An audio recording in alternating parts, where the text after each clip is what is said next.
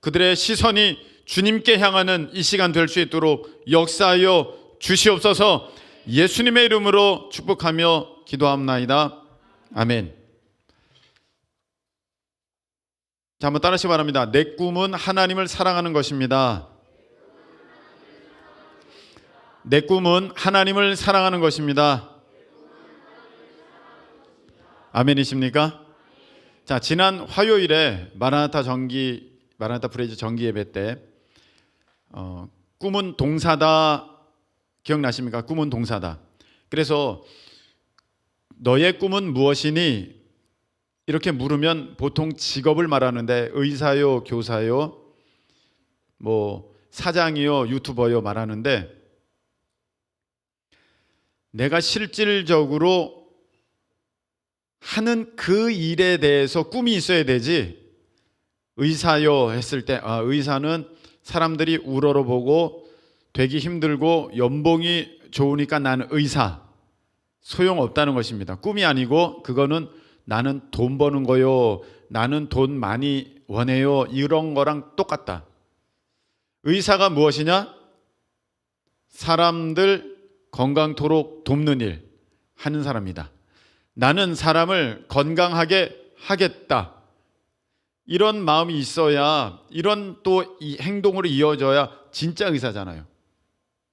근데 돈이 안 된다고 지금 온 사람도 돌려보내고 병든 사람도 그냥 내버려두고 자기가 할 수 있음에도 불구하고 그 사람에게 전혀 신경을 쓰지 않고 있는 의사라면 여러분, 그 사람은 직업이 의사일 뿐이지 참 의사는 아닙니다.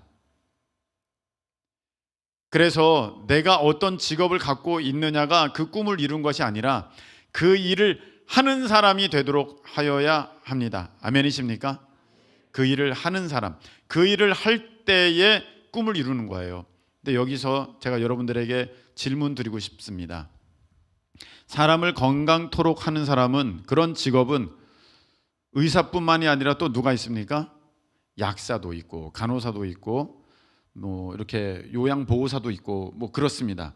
자, 그러면 제가 한번 질문할 테니까 잘 들어보세요. 직업에 귀천은 없으니까 제가 이렇게 말씀드리는 것을 이렇게 한쪽 직업을 홀대하나 하대하나 이렇게 여기지 마시고, 예를 들어서 여러분들의 지금 마음을 제가 살피는 것이니 한번 이해하시고 한번 들어보시기 바랍니다.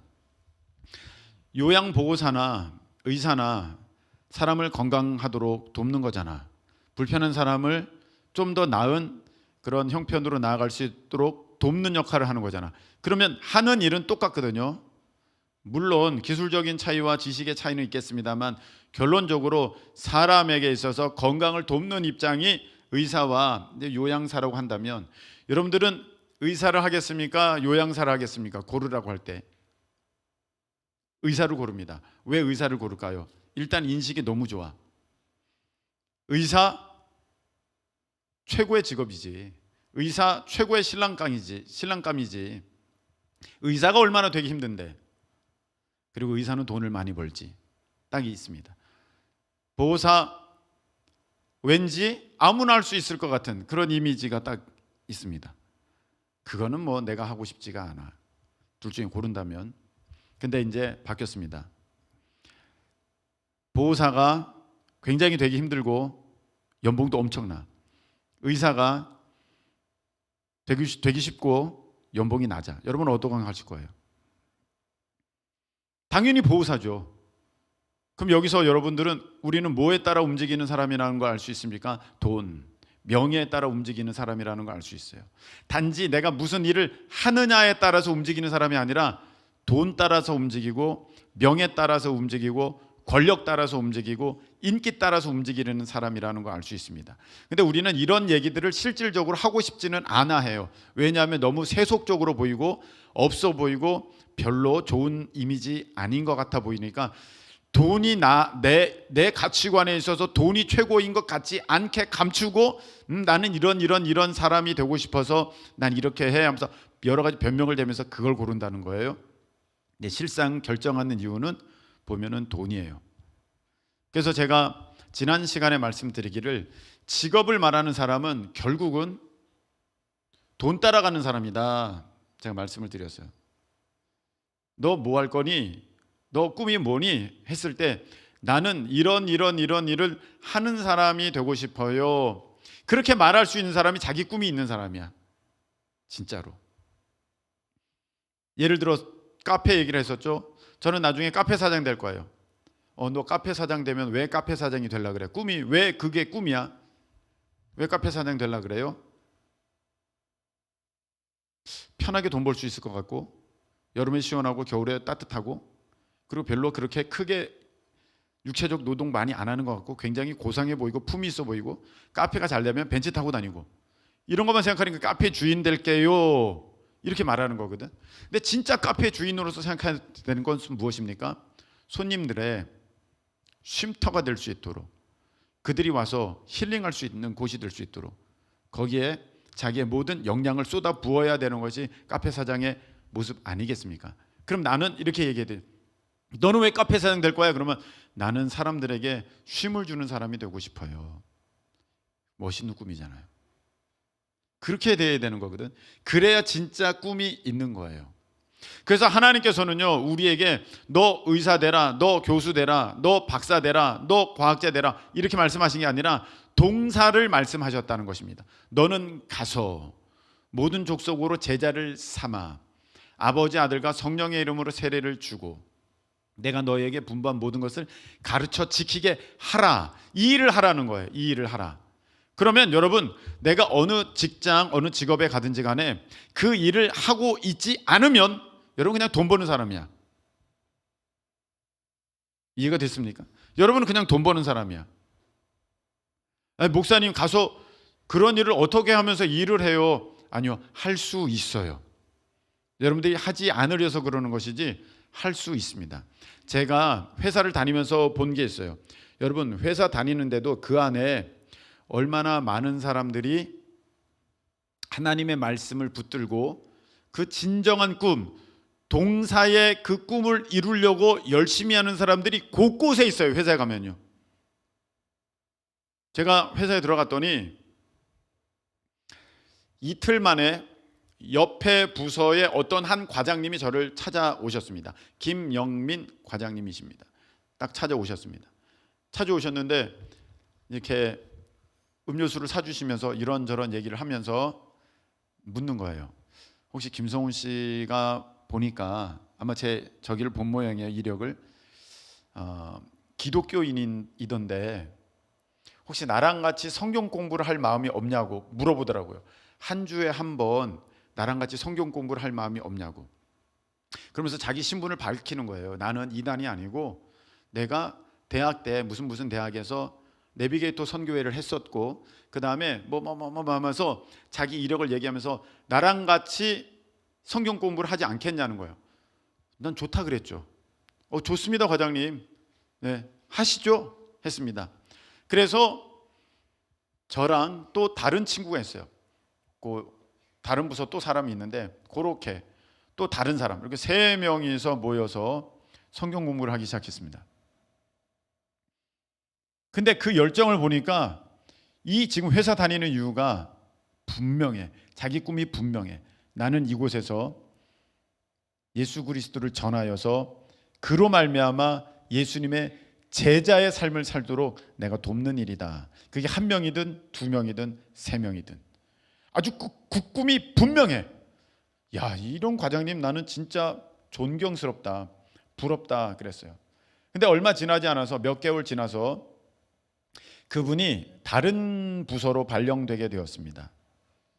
연말이면 이제 부서 조정이 있거든요. 발령되게 되었어요. 그런데 그 가는 부서가 어떤 부서였냐면은 조금 좋지는 않은 부서였습니다.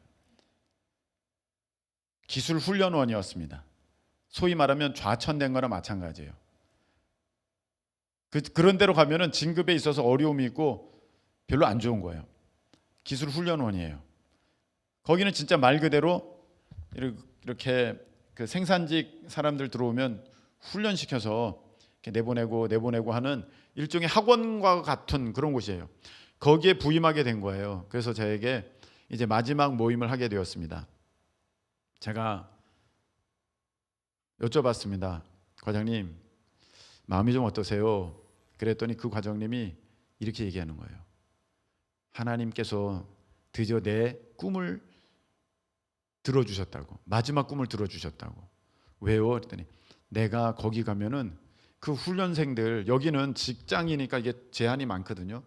근데 거기 가면 그 훈련생들 내가 직접 다 가르치는데 그 아이들 모아놓고 고등학교 졸업하고 오는 사람들 많으니까 내가 성경 공부를 그렇게 하고 싶었는데 내가 그곳에 가게 됐다고. 너무 좋다고.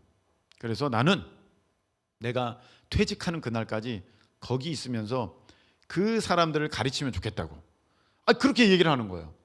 그러면서 이제 아주 웃으면서 멋지게 그 부서를 떠나가는 모습을 제가 기억하고 있습니다. 제가 그래서 너무 기억에 남아요.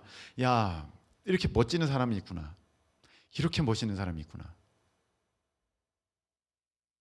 그런 사람이 한둘이 아니었어요. 회사에. 신우 회장님은요, 그 배구 선수 신진식 선수인가? 그분의 삼촌인데 그분이 얼마나 이 신우회에 대한 열정이냐면, 회사 내에 이 신우회를 꾸려가는 것에 대한 열정이냐면 보통이 아니야. 땡볕에도 신우회 다 복음 전하고 비가 와도 전하고 막 그래요. 그러다가 그분이 근무처가 바뀌었어요. 이렇게 광명에 있지 않고 저쪽 아산으로 내려가게 됐습니다. 회장님 어떻게 해요? 하니까 너무 좋대, 너무 좋대. 거기는 인원도 더 많고 거기는 신우회가 약간 활성화가 안 됐는데 내가 가서 거기를 세우겠다고, 거기를 더 발전시키겠다고, 하나님의 인도하심이라고 하면서 너무 좋아하는 거예요. 수도권에서 더 멀어지고 벗어나서 힘들 것 같은데 전혀 그렇게 여기지 않았습니다. 여러분, 이런 모습이 꿈을 따라가는 사람의 모습이에요. 그래서 여러분들 혹여라도 이렇게 오해하는 분이 있을까 제가 말씀을 드리는데, 그래? 의사도 같고 뭐 보호사도 같고 뭐 이런 사람도 같고 저런 사람도 같고 그 동사로서 그 일만 하면 되는 거야? 해서 여러분들이 물론 더 높은 곳에, 더 편한 곳에, 더 이름 있는 곳에 갈 수도 있지만 그 일 때문에 낮아진다면 그 자리 가기도 힘든 거거든요. 낮아지는 자리 가는 거 정말 싫은 거거든요. 여러분이 서울에 있는 대학 갈 수 있는데 하나님이 저쪽에 굉장히 먼 지방에 있는 대학을 가라고 일부러 그러셨으면 여러분 좋아하시겠습니까? 굉장히 유명한 대형 큰 회사들 많은데 하나님께서 여러분에게 저쪽에 인천에 아니면 여기 주안 5공단에 있는 공장에 들어가라면 여러분들 좋아하시겠습니까? 내가 옛날에 누구한테 공장에 들어가라 그랬더니 되게 싫어했었어요. 나를 왜 지금 뭐로 보냐고 그랬어요. 여러분, 하나님께서 가라 그러시면 갈 수 있는 그런 순종의 모습이 있기를 축복합니다. 그게 꿈을 쫓아가는 사람의 모습이거든요.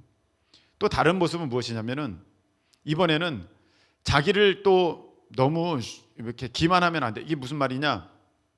갈 수 있는데, 할 수 있는데 쉬운 것만 택하는 거야. 그래? 그냥 어디 가든지 내가 복음만 전하면 되는 거야? 그러면 나는 뭐 그냥 뭐 붕어빵 구우면서 복음을 전해야지.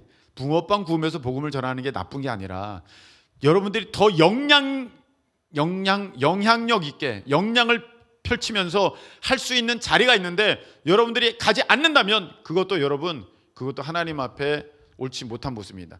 하나님께서 너는 열심히 노력해서 거기에 가라. 그럼 거기 가야 돼요.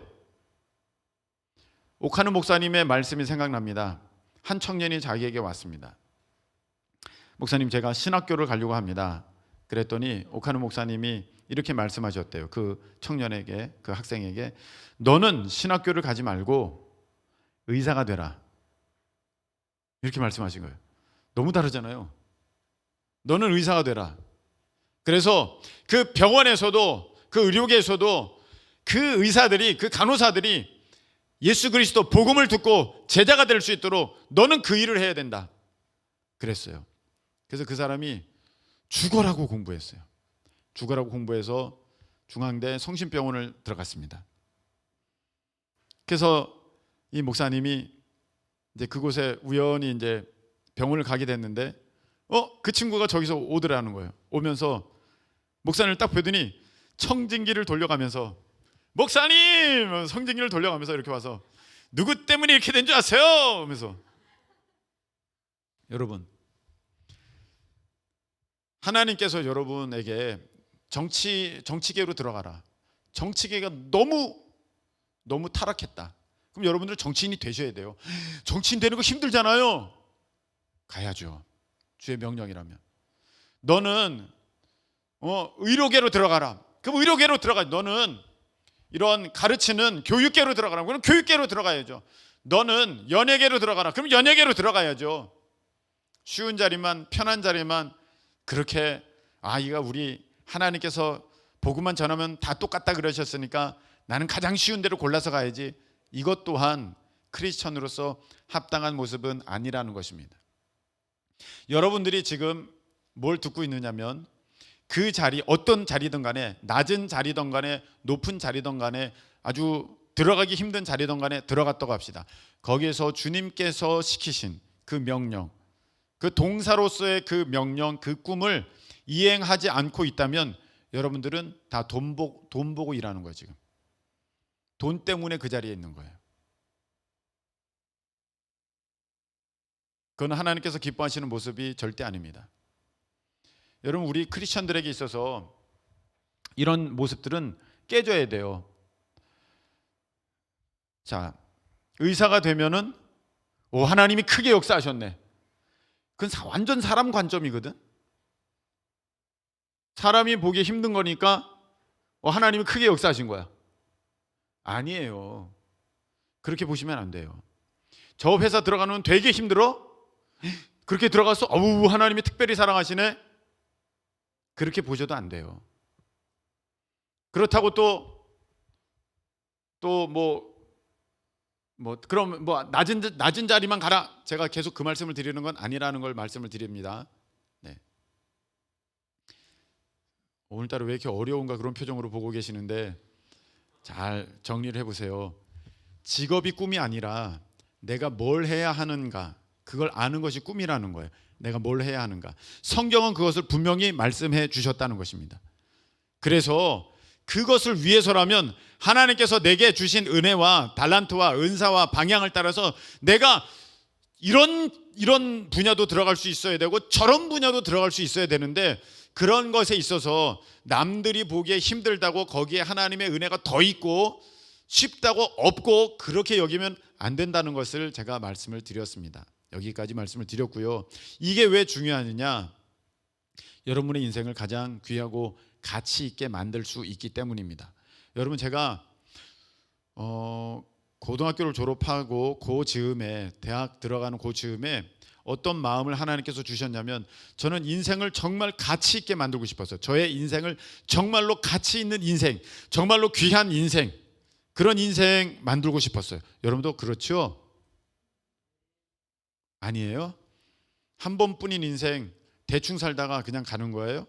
아니잖아요. 귀한 인생 만들고 싶었어요. 그래서 제가 그 즈음에, 그 청년이 되면서 그 즈음에 제가 뭘 결단을 했냐면, 나는 책을 읽을 거야. 책만 읽을 거야. 그렇게 생각했어요. 그렇게 결심했어요. 그래서 노래 다 끊고, 노래 그때 3년 동안인데 3년 동안 나왔던 노래는 뭔 노래인지 몰라요. 저는 영화 다 끊고 TV 다 끊고 책만 봤어요. 이 책 저 책, 성경책, 신앙서적, 이 책만 3년을 아주 계속 책만 봤어요.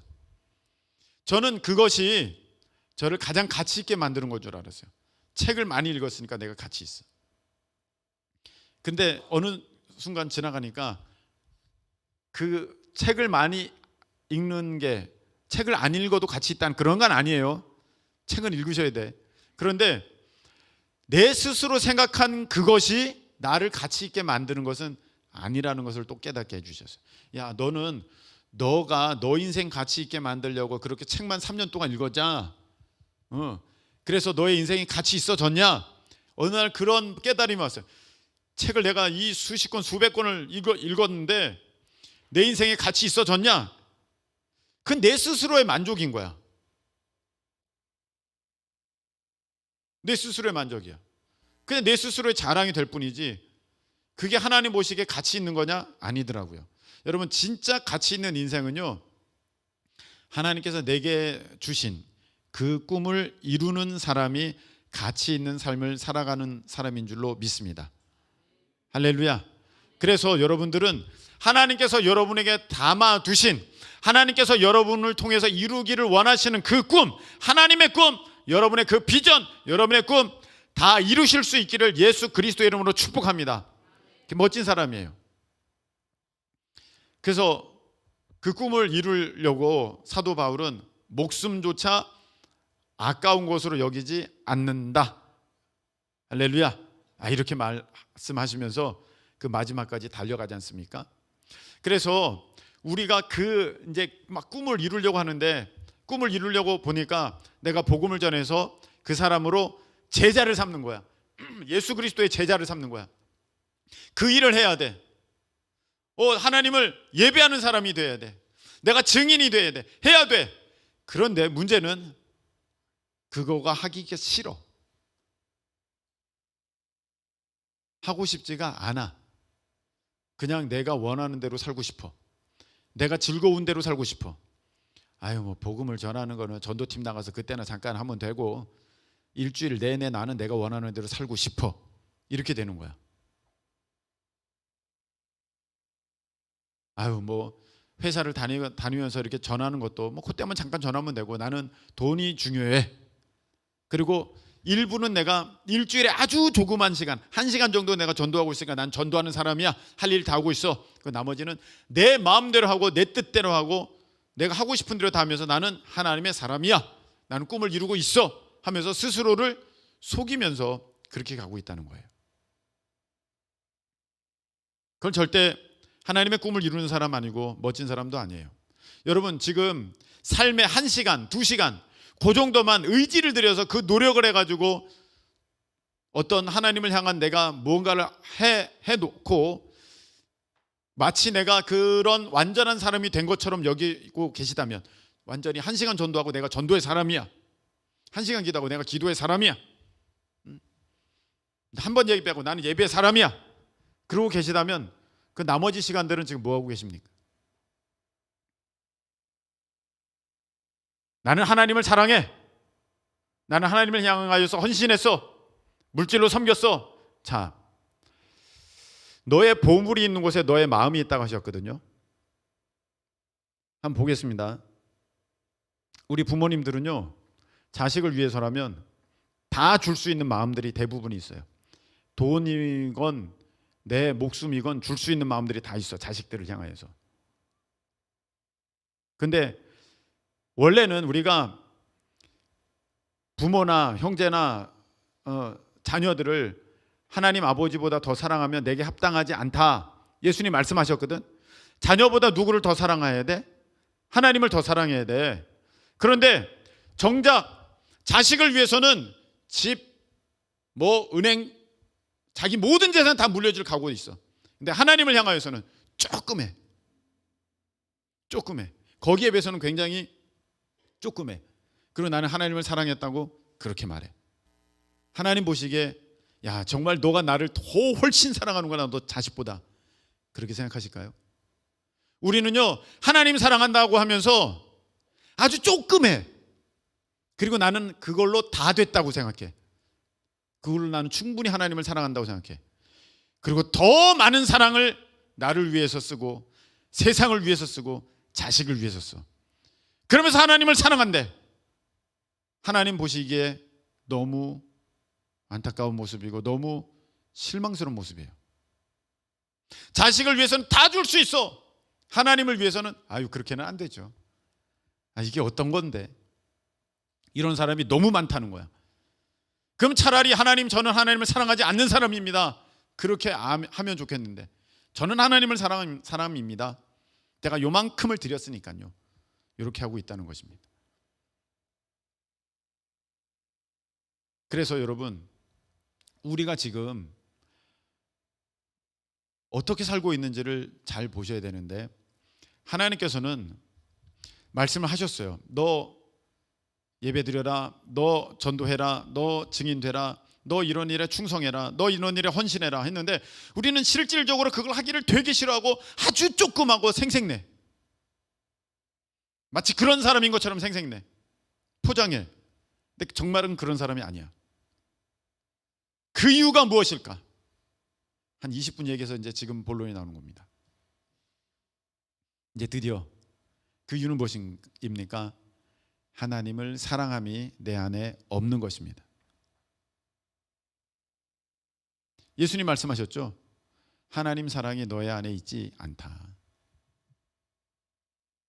우리가 왜 이걸 못합니까? 왜 정말 이거를 정말 그 전심을 다해서 못합니까? 하나님 사랑하는 것이 내 안에 있지 않아요.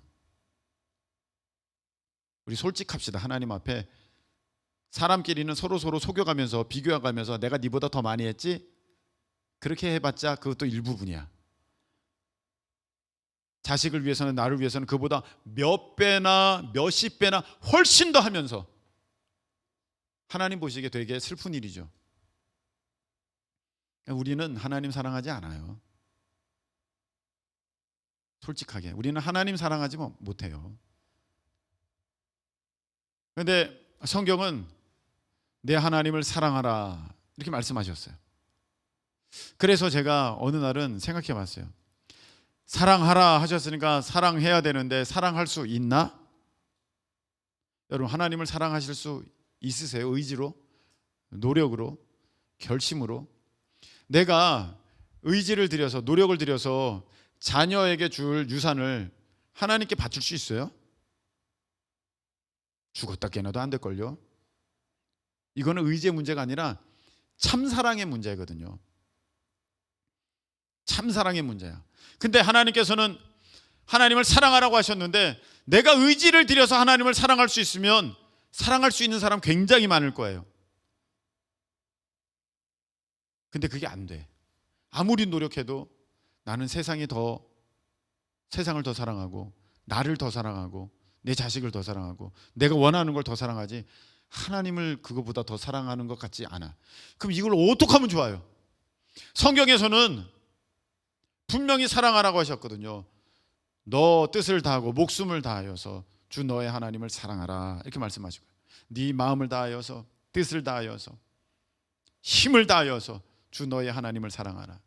마태복음 22장 37절에 신명기 6장 5절에 그렇게 말씀하셨거든요. 사랑하라고 하셨는데 그래서 나는 내 꿈은 동사니까 내 꿈은 목사야 목사 됐어. 꿈 이룬 거 아니죠. 꿈이 바뀌었죠. 나는 하나님을 사랑하는 사람이 되고 싶어. 나는 내 꿈은 하나님을 사랑하는 것이야. 이게 진짜 꿈인데 이게 되냐 이 말이죠. 됩니까 여러분? 나 하나님 사랑해야지. 돼요? 여러분 이겼어요. 그래서 안 돼요. 어렵습니다. 왜 안 되지? 근데 왜 하나님은 나를 하나님을 사랑하라고 그렇게 말씀하셨을까? 우리는 노력으로 의지로 사랑할 수 없는데 어떠란 말인가? 도대체 하나님은 하나님을 사랑하라 하셨는데 나는 할 수 없어. 아무리 노력해도 내가 돈 사랑하는 것보다 하나님을 사랑할 수가 없어. 자식보다 하나님을 사랑할 수가 없어. 내 계획, 내가 편안한 것보다 하나님을 사랑할 수가 없어. 어떡하란 말이냐? 그래서 오늘 말씀 3절 그러므로 읽겠습니다. 시작. 그러므로 우리가 여호와를 알자. 힘써 여호와를 알자.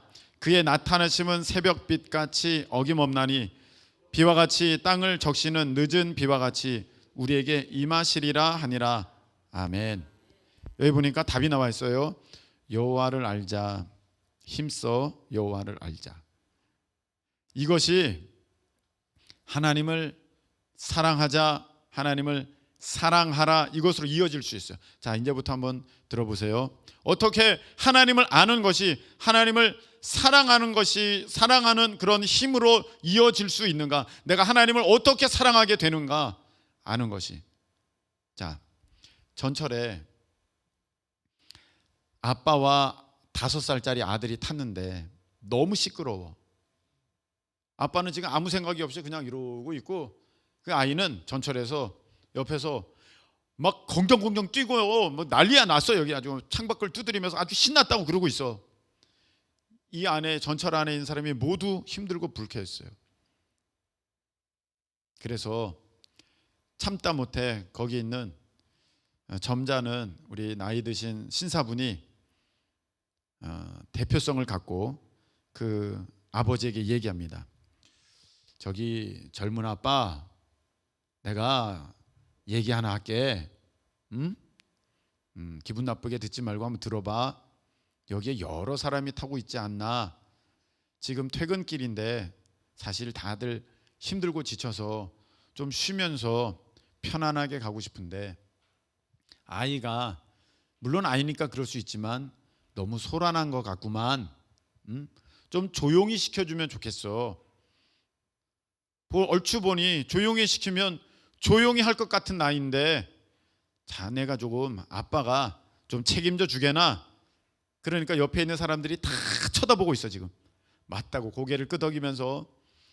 그리고 어떤 아주머니도 맞아요. 그 젊은 아빠 좀 그렇게 합시다. 예? 막 소리 나요. 이 아빠가 화들짝 놀라면서 어유 죄송합니다. 어유 죄송합니다. 얘기를 하는 거예요. 실은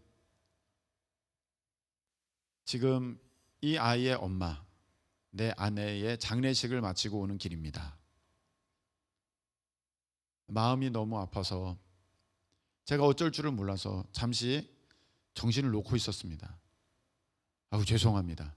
이렇게 시끄럽게 하는 줄 저는 알지도 못했습니다. 어떤 신학자가 쓴 글에 나오는 사실의 이야기예요. 그 얘기를 사람들이 알게 됐어요. 그 전철 안에 있는 사람들이 그 얘기를 다 알게 됐어. 좀 전의 마음과는 완전 다른 마음이 됐어. 아유 불쌍하다. 엄마는 세상 떠났는데 저렇게 아무것도 모르고 아이는 뛰고 있구나. 아유 불쌍하다. 그래서 아유 우리 더 뛰어 더 뛰어.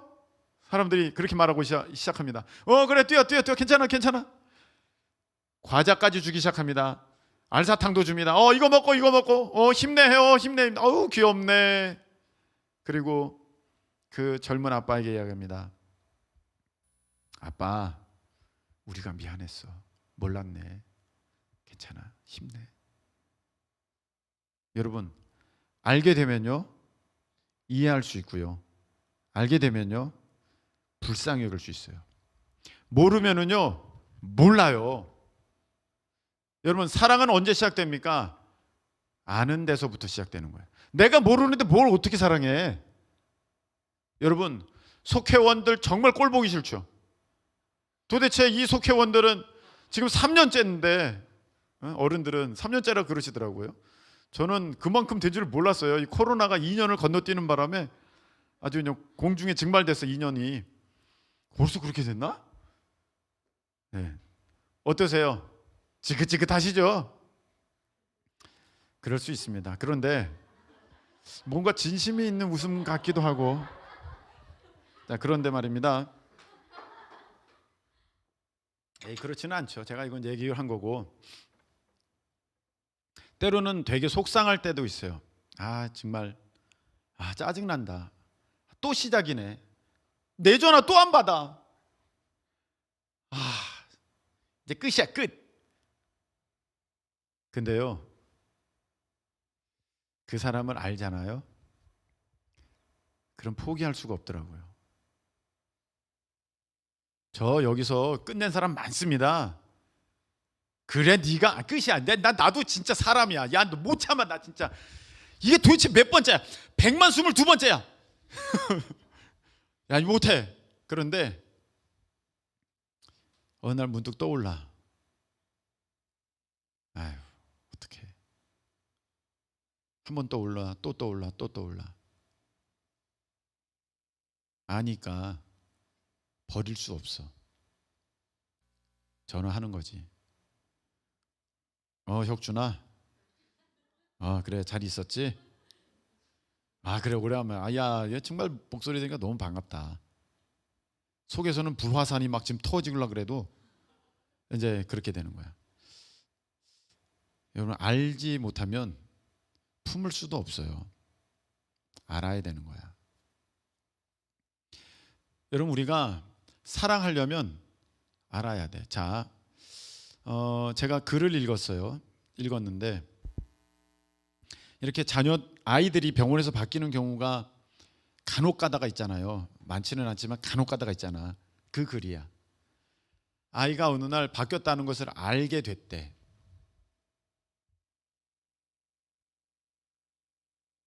알게 됐대. 그래서 자기가 자기 진짜 아들을 만났고, 그리고 자기가 지금까지 키운 아들을 이제 보냈는데, 지금까지 누굴 키웠어? 자기 아들이라고 여긴 그 아이를 키운 거 아니야. 너무너무 사랑했대요. 그런데 참 아들이 누구인지를 아는 순간 처음 봤는데 그렇게 사랑스럽더래. 처음 봤는데 딱 보는 순간 내 아이네? 나네? 그런 느낌이 확 들더래. 그리고 어저께까지는 그렇게 사랑했는데, 야, 이것도 이제 너 거야, 이것도 이제 너 거야 그랬는데, 그 다음 날엔 마음이 확 식어지더래. 왜 이런지는 모르겠대. 그 글을 그렇게 읽었어요. 여러분, 전혀 몰랐으면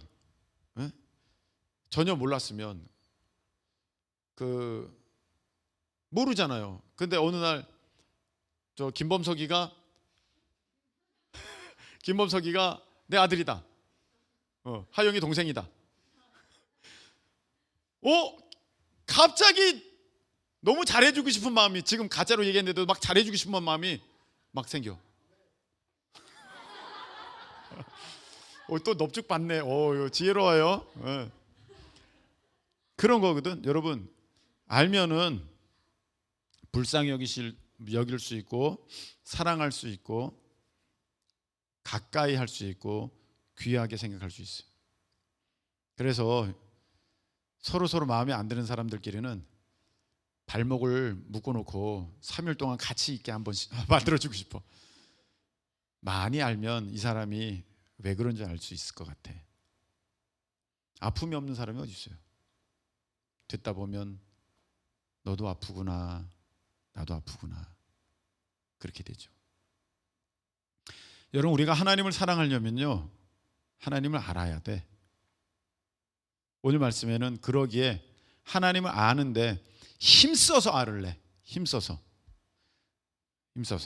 이 아는 것은 그냥 책으로 배워서 아는 게 아니라, 여러분, 사랑을 책으로 배우면 사랑을 알아요? 책으로 안 배웠더라도 경험하면 알아요. 그렇지, 성준아. 그런 거야. 경험해야 돼. 직접적으로, 깊이 있게. 전부 다. 여기서 우리가 여호와를 알자, 힘써 여호와를 알자는 것은 신랑과 신부가 경험으로 아는 것처럼 그렇게 알자는 그 단어예요. 그냥 책 읽어서 알자, 이해하자, 자전거 타는 법, 페달에 발을 올리고 힘차게 젓는다. 그렇게 자전거 타는 거구나. 자전거 타는 거 끝. 수영하는 법. 이렇게 팔을 휘젓고 다리를 찬방찬방하면 되는구나. 끝. 됐다. 수영도 할 수 있어. 여러분, 이거는 못 하는 거잖아. 안 되는 거잖아. 하나님을 아는 것도 마찬가지예요. 이거라 읽는다고 하나님 알아? 아니에요. 하나님은요, 읽고 묵상하고 믿음 가운데 순종할 때, 그때서야 하나님을 알게 되는 거예요. 여러분, 하나님을 얼마나 아십니까? 저는요, 하나님이 정말 내가 안다고 생각했던 그것보다 훨씬 더 내가 이해하지 못했구나, 하나님을. 그걸 언제 깨달았냐면, 하영이가 다쳤을 때 깨달았습니다. 하영이가 다쳤는데 너무 마음이 아픈데, 너무 마음 아프다는 걸로는 설명이 안 돼. 죽을 것 같아. 너무너무 괴롭고 너무 힘들고 어떡할 수가 없어. 근데 그때 이렇게 상처 부위랑 예수님이 십자가에 못 박히시고 채찍 맞으시고 한 부위랑 비슷하기 때문에 이렇게 오버랩이 되는데, 그때 하나님의 마음을 조금 더 깊이 알겠더라고요. 하나님 얼마나 아프셨습니까? 얼마나 아프실까 하나님 마음은, 찬양 있잖아요. 인간들을 위하여 아들을 제물로 삼으실 때, 찬양 있잖아요. 얼마나 아팠을까. 여러분, 이 아픔이 어디서 왔게요? 하나님으로부터 온 거거든요. 여러분 한번 생각해 보세요. 사람이 뭐 이렇게 뭘 만들어 가지고 걷다가 아픔을 넣을 수 있어요? 야, 이런 게 아픔이야. 아픔을 넣을 수 있어요? 짐승들이 파리가 옆에 파리 죽었다고 아픔을 느껴요? 전 뭐 파리가 아니라서 모르겠습니다만 죽은 파리에 달려 들어가지고 쭉쭉 빨아먹는 거 보면 그런 거 못 느끼는 것 같은데, 그 아픔을 주셔야만 그 아픔이 있는 거예요. 이 아픔이 어디서 왔어? 하나님께로부터. 그 하나님의 아픔이 너무 느껴지는 거야. 얼마나 아프실까. 그리고 제가 얼마나 화가 났냐면, 죄송합니다만 살의를 느꼈어요. 그 사람 가해자 몇 번이나 죽여버리겠다 속으로 생각했어요. 아, 목사니까 참아야 돼. 아, 네. 또 갑자기 죽여버리겠다. 내가 참아야 돼. 벽돌로 찍을까? 아, 참아야 돼. 이거를 진짜 맨날 며칠을 해서 도무지 못 참겠어. 아빠로서 못 참겠어. 주여 어떡합니까? 그러면서 이걸 알게 됐어. 와, 하나님은 정말 대단한 분이다. 어떻게 사람을 참으셨을까?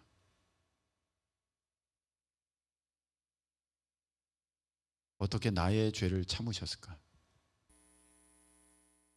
아들을 죽이시기까지 사랑하셨으면서 그 고통의 그 아픔을 다 느끼시면서 그 아들이 죽을 수밖에 없었던 이 죄인된 나, 그러면서도 저렇게 뻔뻔하게 또 죄를 짓고 있는 나를 보면서 하나님 어떻게 참으실까?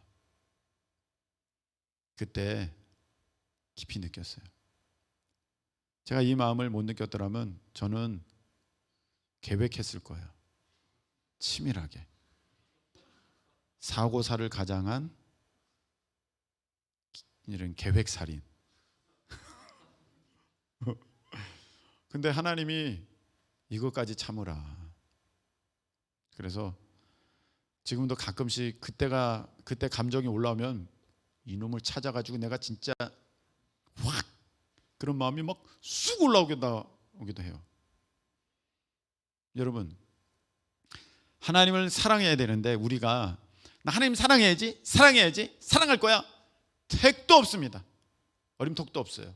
안 돼요. 돈이 훨씬 더 사랑스럽고 자식이 훨씬 더 사랑스럽고 내 스스로가 훨씬 더 하나님보다 귀한 것 같고 내 미래가 더 중요한 것 같이 사랑할 수가 없어요, 하나님을. 그런데요, 하나님을 알면 알수록 거기서 우리가 사랑이 나오는 거예요. 자, 여러분들이 부모님을 사랑하시죠? 여러분 부모님을 사랑해요. 근데 여러분이 그 부모님을 사랑하는 까닭은 엄마가 밥에다가 사랑이라는 글씨를 손으로 맨날 써서 여러분에게 또 먹여줬기 때문에 사랑이 생긴 거예요? 아니면 아빠가 맨날 귀에다 대고 사랑해라 사랑해라 사랑해라 그래서 사랑하게 된 거예요? 아니에요. 어떻게 사랑한 거예요? 그냥 어느 날 인식할 때 이 남자가 아빠고 이 여자가 엄마구나, 그걸 알게 됐어. 그리고 그냥 사랑하게 된 거야. 아니에요? 만일에 다른 분이 엄마 아빠였으면 그분을 사랑했을 거잖아, 여러분들. 맞잖아.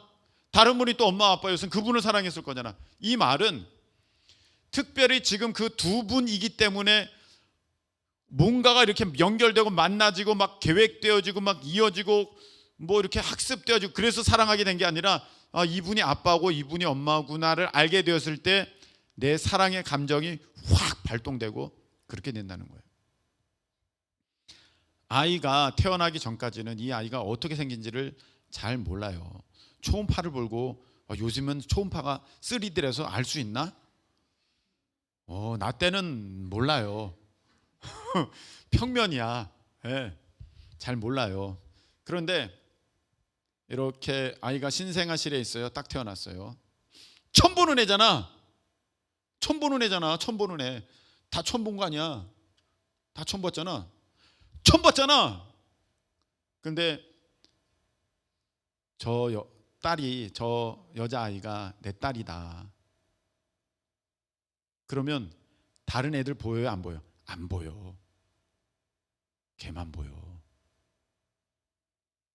내가 뭘 계획하고 훈련하고 공부하고 뭐 이렇게 해서 쟤를 사랑해지가 아니라 아는 순간 확 사랑이 발동되는 거야. 여러분, 하나님은 여러분의 아버지이십니다.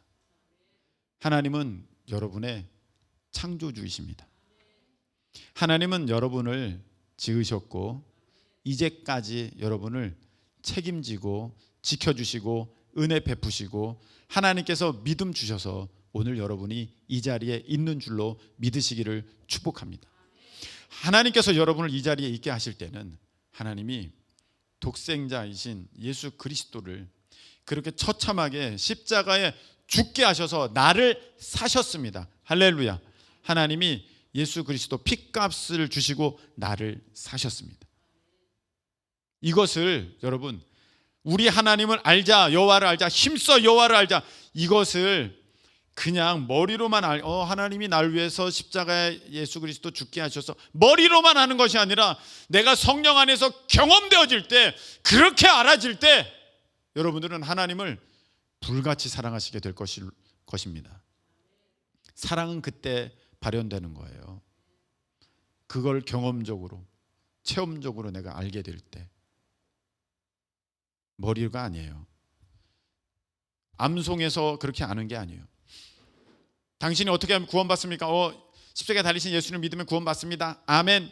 100점. 아싸. 이런다고 여러분들이 하나님을 사랑할 수 있게 된 게 아니에요. 그것을 여러분 성령 안에서 알게 돼야 돼요. 경험되어야 돼요. 그래야만 여러분들이 하나님을 비로소 사랑하게 되는 것입니다.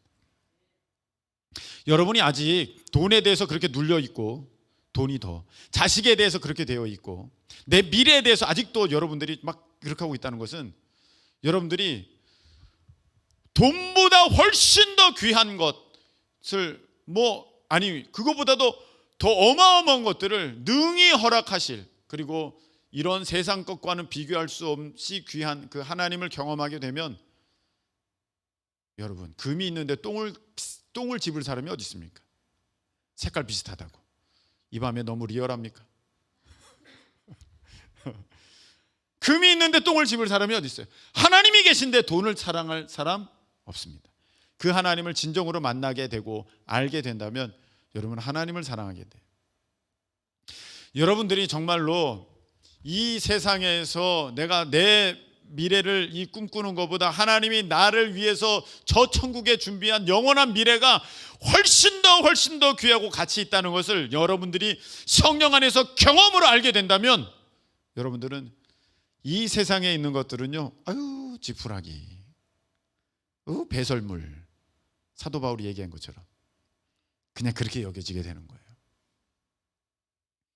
여러분, 자녀도 여러분이 그렇게 막 사랑하고 막 부어주고 책임지려고 그러면은요, 그럴수록 오히려 하나님을 덜 의지하게 되고, 그럴수록 오히려 자기 고집만 세지고 자기 뜻대로만 하려고 하는 성향이 생기고,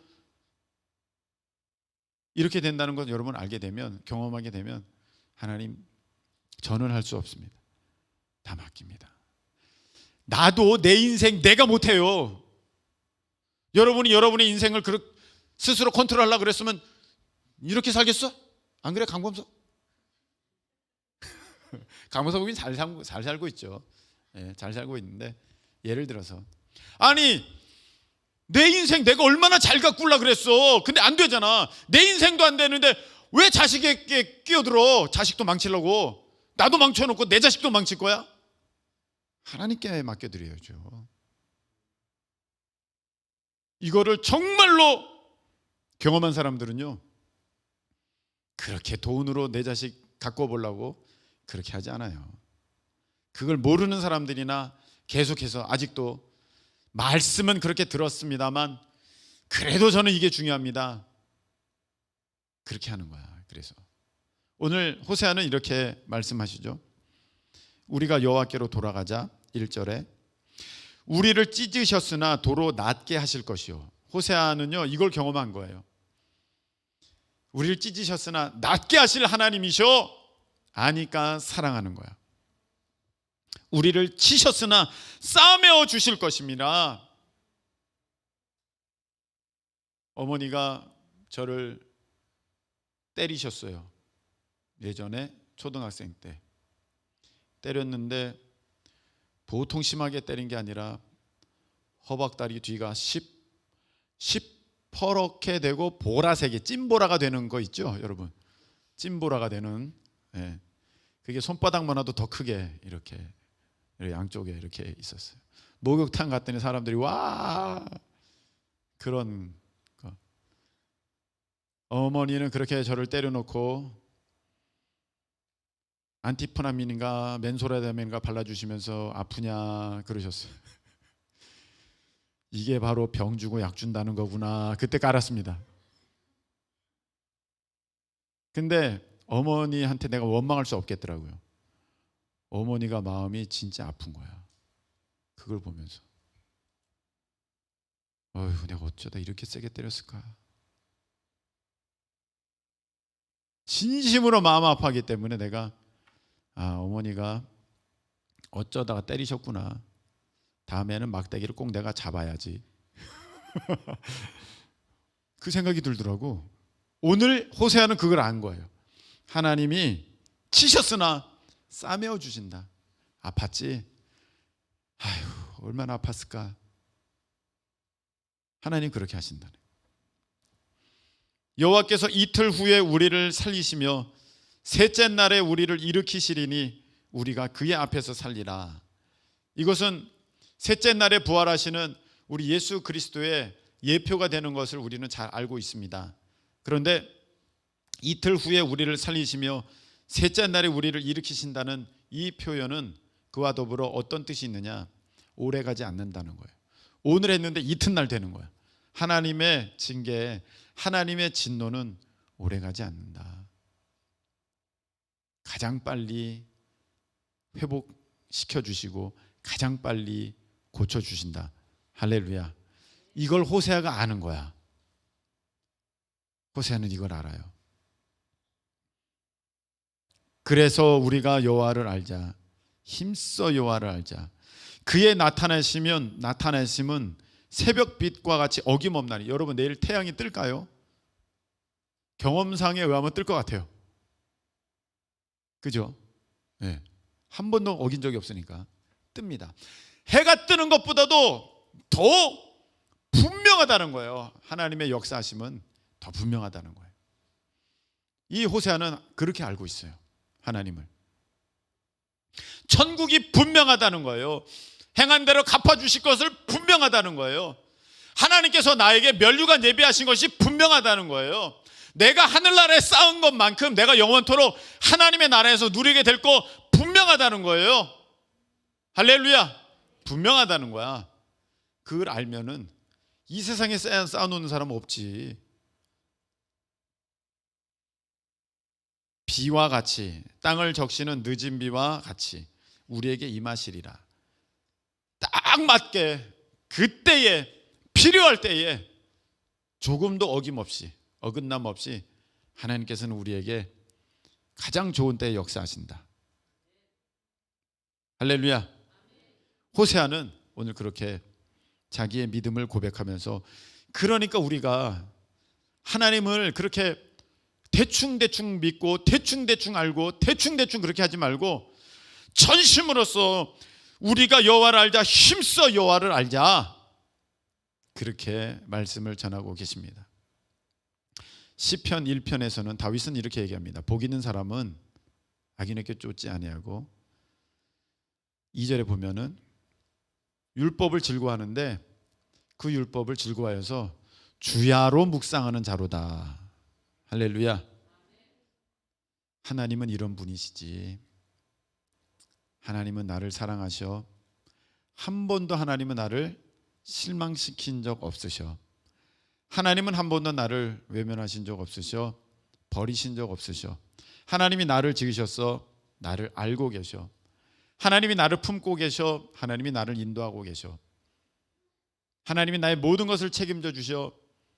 이거를 내가 믿는데, 내가 분명히 경험해서 알고 있는데 왜 하나님 없이 자꾸 세상 돈 의지하고 사람 인기 의지하고 사람들 의지하고 그렇게 살아가려고 합니까? 여러분, 오늘 이 밤에 하나님의 성령의 도우심으로 말미암아 하나님이 여러분에게 어떤 분이신지, 하나님이 여러분에게 어떤 분이신지를 그렇게 경험적으로 알게 되어지고, 또 경험했던 그런 부분들이 갑자기 여러분의 생각 가운데 떠오르게 되고, 그것이 믿어지게 되고, 그것이 자기 것이 되고, 그것이 하나님의 사랑으로, 하나님에 대한 사랑으로 이어지는 오늘 이 밤 되시기를 예수님의 이름으로 축복합니다. 찬양 드리겠습니다.